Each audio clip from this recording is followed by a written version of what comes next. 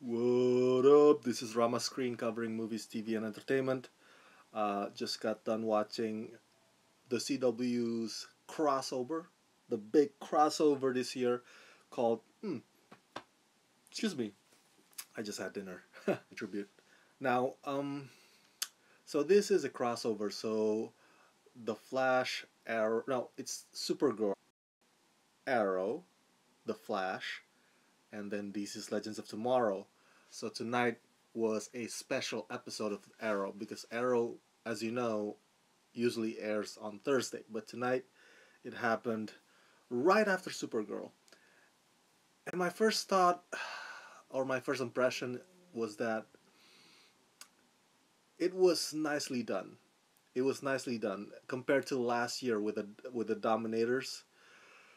You know, they had to um, pretty much kind of really heavily focus on each of the show's kind of character.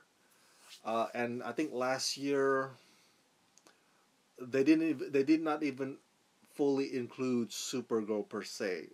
You know, her part of the crossover was only at the last minute when she flew through the breach and into the Flash's Earth.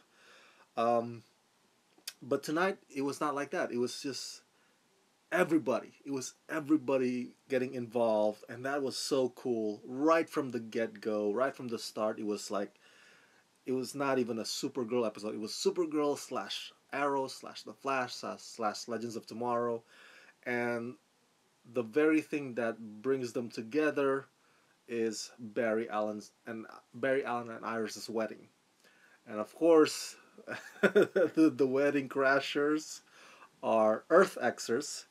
These are people from Earth 53. Now, Earth 53 is like, well, I have it on my note here. I tweeted that Earth 53 people or Earth Xers are like the long lost, less sophisticated,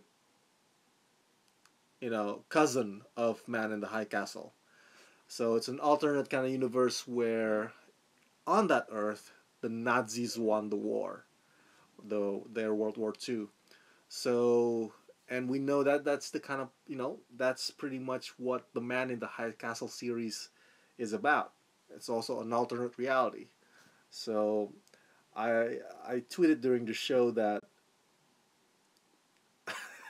douchebag Richard Spencer and his Nazi buddies who stupidly marched through Charlottesville, they must have not liked tonight's Crisis on Earth X episode, or episodes, I should say. They would probably hate it. But let's get on with my thoughts again. So yeah, that's the first impression I got. It's cool that everybody's involved from the get go. It's not Supergirl episode and then Arrow episode with the everybody else as supporting cast. It's pretty much part one, part two, part three, part four. It seems like it's everybody's episode. Everybody meaning the cast of the Flash, Arrow, Supergirl, and This is Legends of Tomorrow having a fair share of screen time. So they're all supporting each other. So that's cool. Number two, I noticed that the choices for the dramas in this part one and two are interesting, to say the least. Let's dissect them a bit. Well, for one, we have Felicity Smoke and Ollie drama. Ollie as in Oliver Queen. Because Oliver asked Felicity to marry him, and Felicity turned it down, but not because Felicity doesn't love Ollie. It's because Felicity's basing her fear based on past experiences.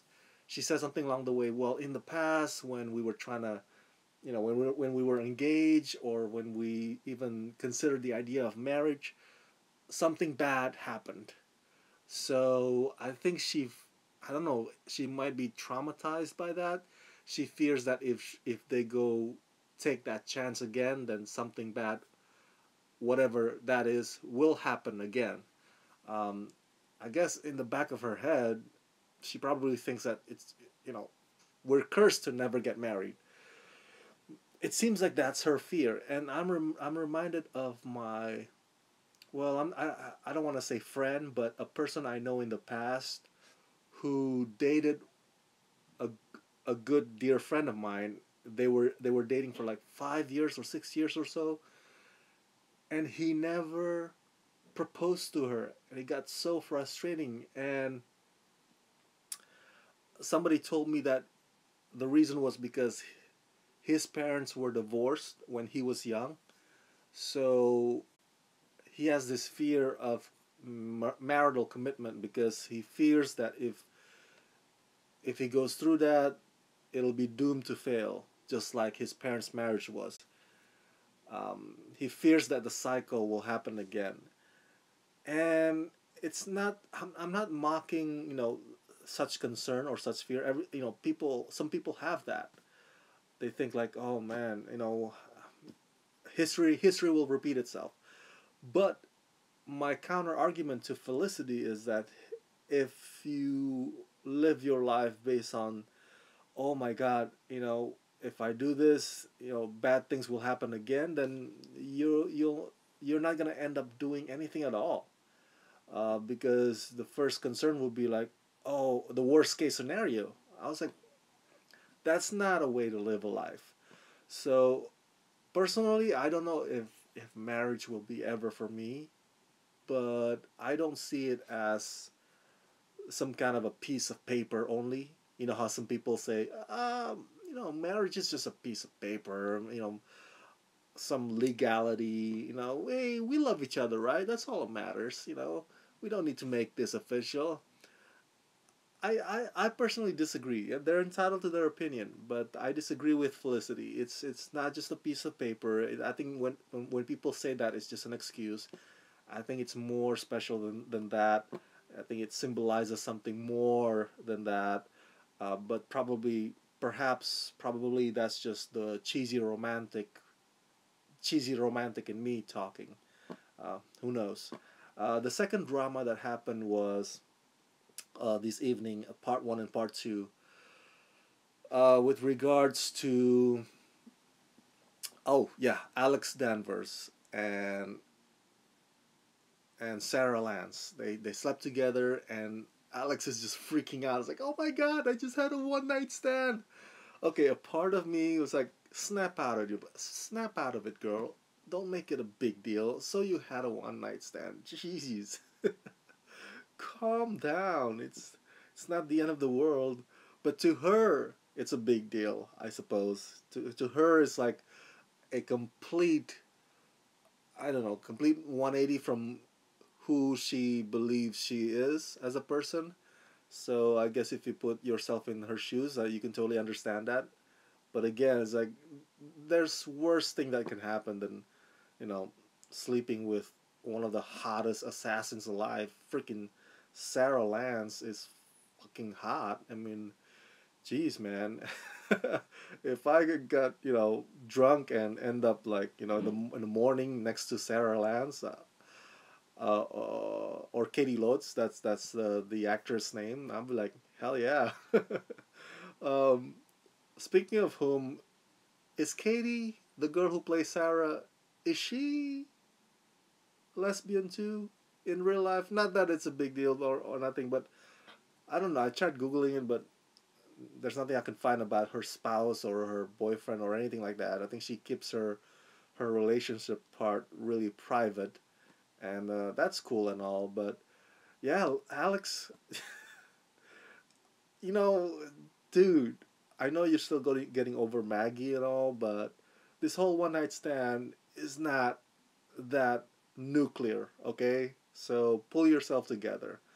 Pull yourself together. Another thing I noticed is that, uh, well, not that I noticed, but it was obvious that the Earth Xers, because they are from an alternate reality. So what happened was there was a version of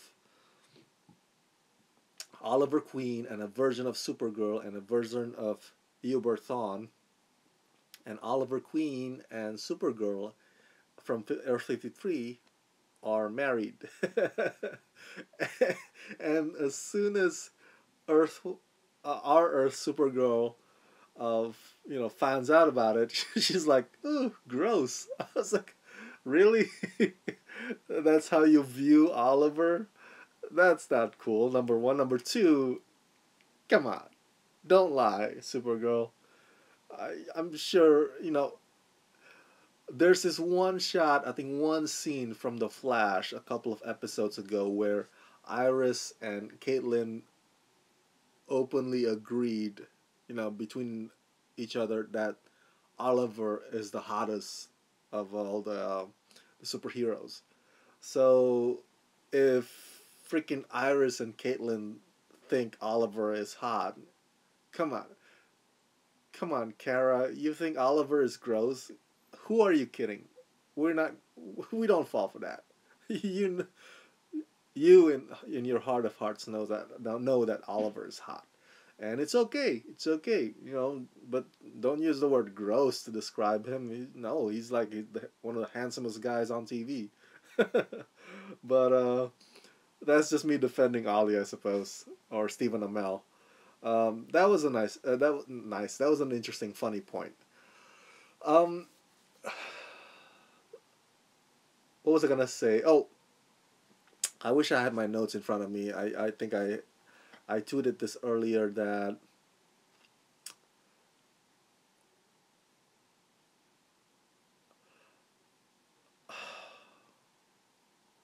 seeing Tommy back again, you know, I wish they had kept him a bit longer.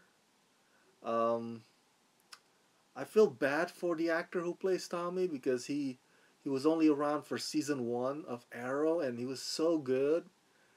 And I remember going to WonderCon to Arrow panel, the first season of Arrow, and I met Stephen Amell and I forgot the guy who plays Tommy, and it was like right in the middle of the season, right? Because WonderCon is in March, the month of March, spring, and nobody knew in that room except of course the panelists and the talents that Tommy was gonna get killed off, and it was just like when that happened, I was like, oh, dude, why they gotta do that?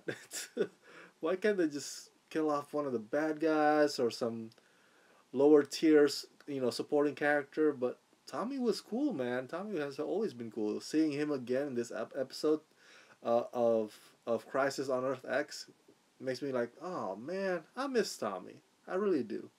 Oh, I forgot. Before I end this video thoughts, the other drama I just remember now. The other drama that also happened, or the writers put in for this Crisis on Earth X, is between Martin Stein and oh man, the name escapes me. The guy who plays Firestorm. Let me just Google this. Martin Stein Firestorm.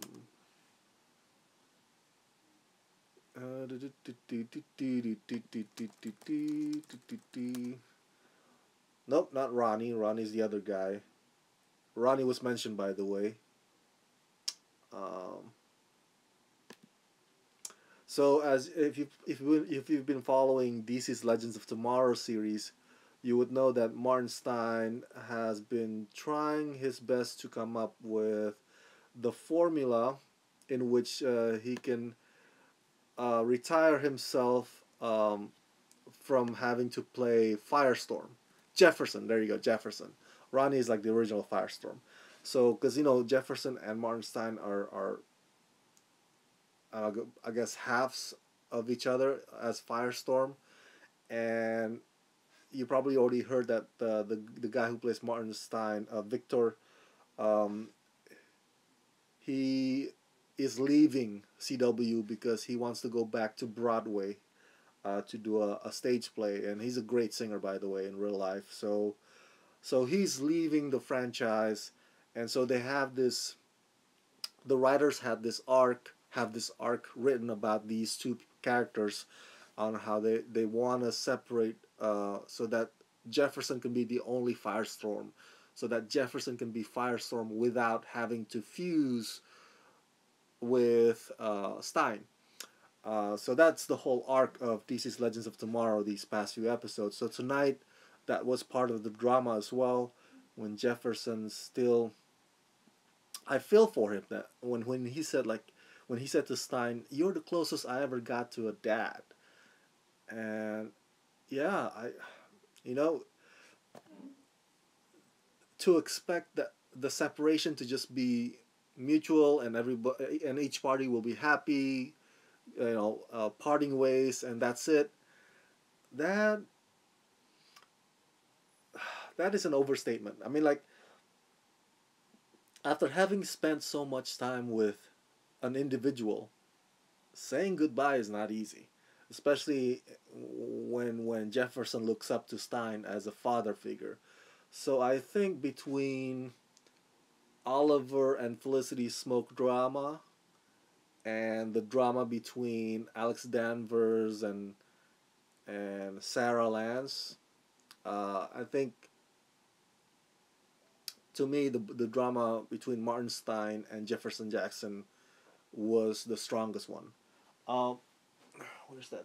Where's that? It was the thickest. It was the most deeply affecting. It was the most emotional drama. I think even less so is the drama about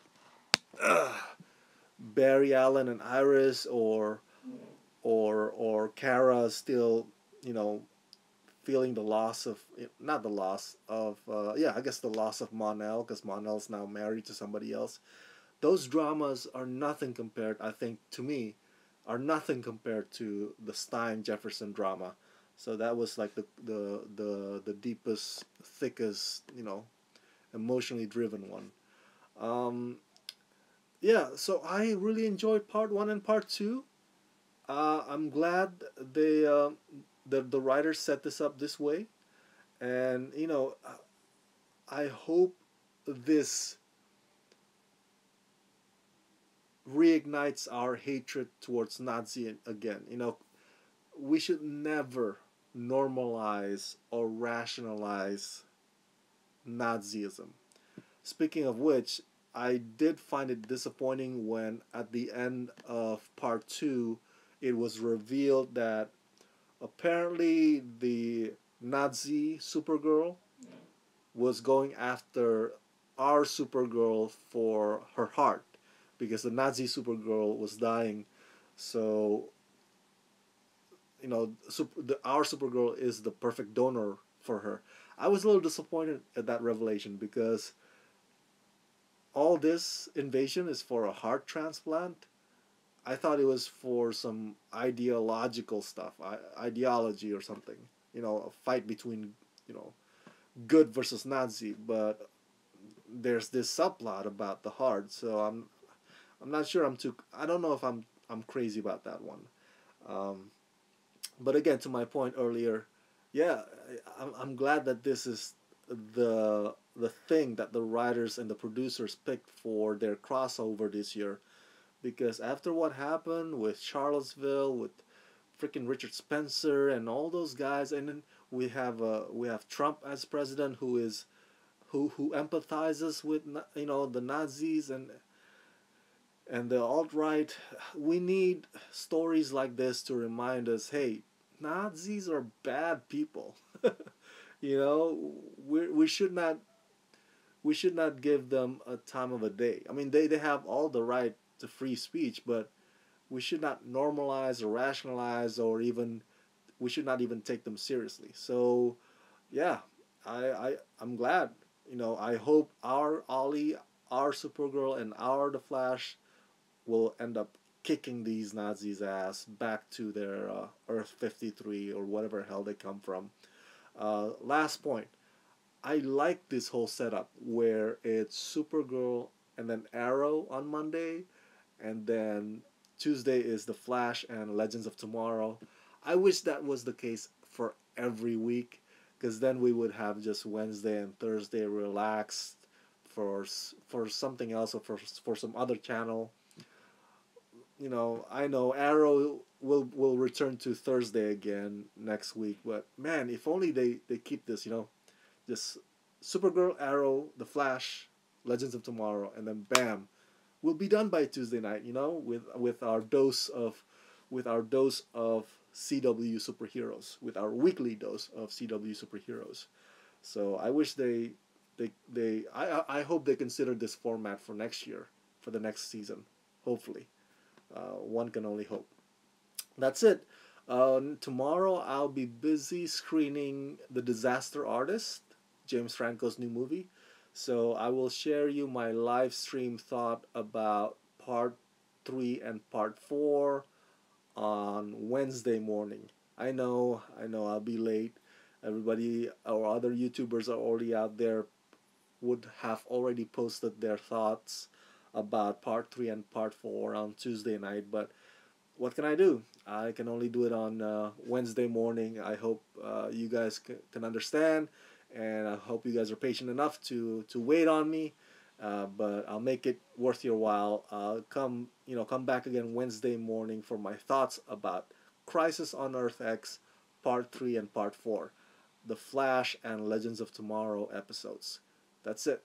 All right, share your thoughts in the comment section below, and share this video. Share this video with everyone you know. Subscribe to my channel, and if you can support me on patreon.com/ramascreen, please do so. Let's rock this.